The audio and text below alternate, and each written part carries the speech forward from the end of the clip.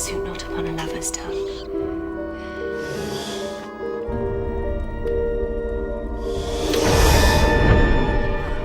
Your kiss transformed me. Welcome back to Doctor Who Makeup. Today's makeup looks, that's right, you're gonna get 2 today instead of just 1.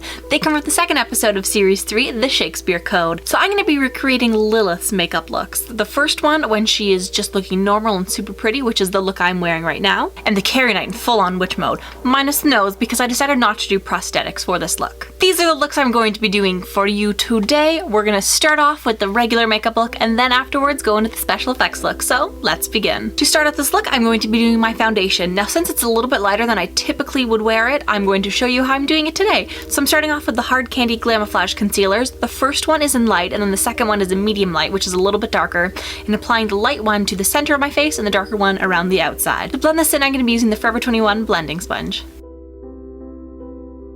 To lighten up the center of my face a little bit more, I'm going to be applying the Covergirl Clean Oil Control Foundation in number 510 Classic Ivory. Applying this foundation with a Spa Resource foundation brush and blending in with the flatter side of the Forever 21 blending sponge. To set this entire look, I'm going to be applying the Essence All About Matte Fixing Compact Powder with just a random blending sponge that I have.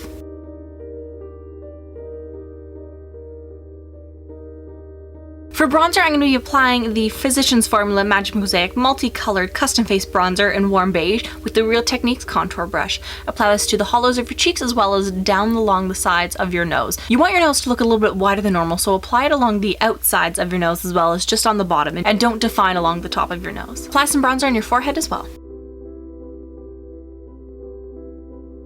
For blush, of course I'm going to be using my favorite blush palette, that is the Forever 21 Ultimate Matte Blush Palette, and with the same brush that we applied our setting powder, take the lightest rose color from this palette and apply it just to the apples of your cheeks. You just want a little flush of color, so don't apply it too heavily. Now Lilith isn't wearing a lot of eyeshadow in this look, but I do want to define certain points because her face is a little bit different from mine. So to start off, I'm going to be taking the Urban Decay Naked Basics palette in the shade Naked 2 with the Coastal Scents BR250 brush. Again, it has a name, but I can't remember it. Since I have hooded eyelids, I'm just going to be applying this eyeshadow above the crease. If you do not have hooded eyelids, then apply this directly into the crease. Using the same brush, blend Foxy and Walk of Shame together to create an all-over lighter shade and apply this all over your lid.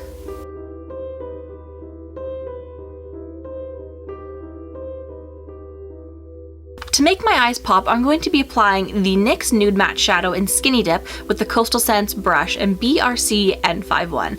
Apply this just to your upper lash line. Lilith isn't really wearing a purple color, but since her eyes are so blue and mine are hazel, I thought I would add this color just to bring out the hazel greenness of my eyes a little bit more.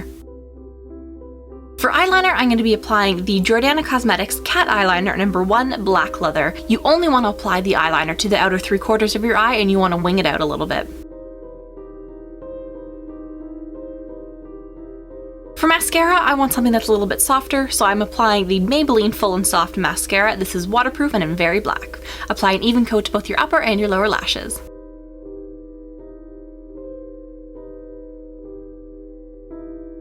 For my lips, I just wanted a little flush of color and then a little bit of shine, so I'm applying the Wet n Wild Mega Lash Lipstick in number 912C in the Flesh.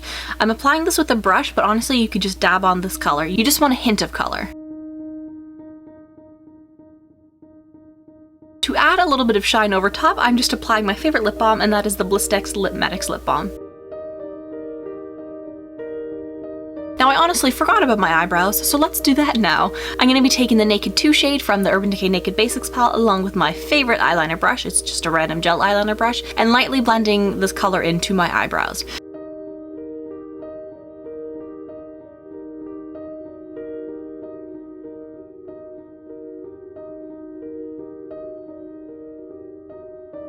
I'm starting off this look by wearing the makeup that I wore in the beauty section of this tutorial, so my foundation was already on, but if you're starting from scratch, put on your foundation first, make sure it's a lighter color, something that will blend in nicely with the next few steps. So this step is completely optional. Honestly, I would skip it if I were you to save yourself the hassle, but I'm going to be applying liquid latex around where I want the wrinkles to be, so around my mouth and my eyes as well as in between my eyebrows.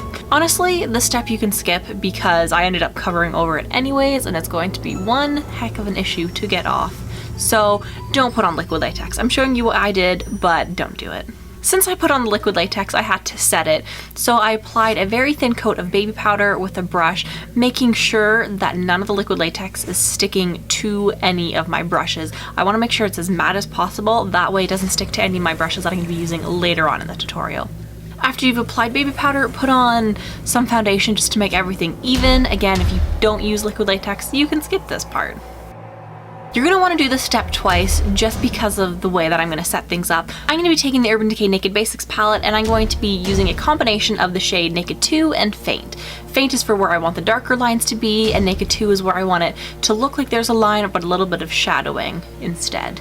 Apply these wrinkles all over your face wherever you think your face deserves a wrinkle. I'm following a guide for this, which I will put a picture up in the top corner, that way you can follow along as well. It was really easy for me to decide where I was going to put these wrinkles based on what the picture looked like, as well as kind of guess where my face would look best with a wrinkle.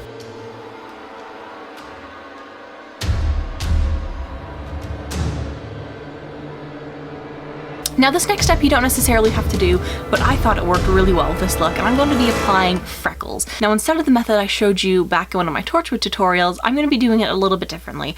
I'm going to be using brown face paint and a sponge which has ginormous holes in it, lightly dabbing the sponge into the face paint, dabbing it off, and then dabbing it onto my face, making sure that I'm not blending in the face paint because I don't want it to be blended, I just want the dots to be all over my face. You want to apply this all over your face, making sure you have enough up by your eyebrows as well as by your mouth. That's mostly where it's concentrated, as well as underneath your eyes. You just want to make sure that it kind of darkens up your look a little bit. Now since these freckles kind of washed out my wrinkles, I'm going to go back in with the wrinkles and just kind of reapply the darker lines that you want. You can see the lighter lines underneath, which the freckles really help blend into your skin and make them look more real, but the ones that I really want standing out, you're going to want to go back and redefine them.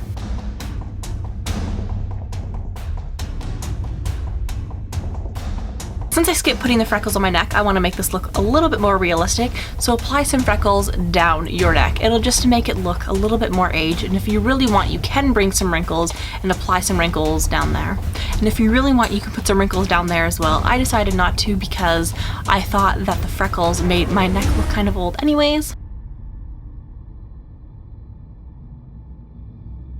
And then finally, since I left my lips bare this entire time, I'm going to be covering them. So apply a little bit of foundation. I'm just using my sponge because that's what I used in the beauty section of this tutorial. That's what was on my desk. So blend that into your lips, and then over top I'm going to be blending out some of the freckles. Now since you're going to be rubbing your lips together, what I suggest you do is you take your brush or whatever you use to put on the wrinkles and brush the freckles into your mouth. You don't want to get the makeup in your mouth necessarily, but you want to make sure that you have clearly defined lines on your mouth. And that is it. Thank you very much for watching, and I will see you guys next time with another tutorial. Bye!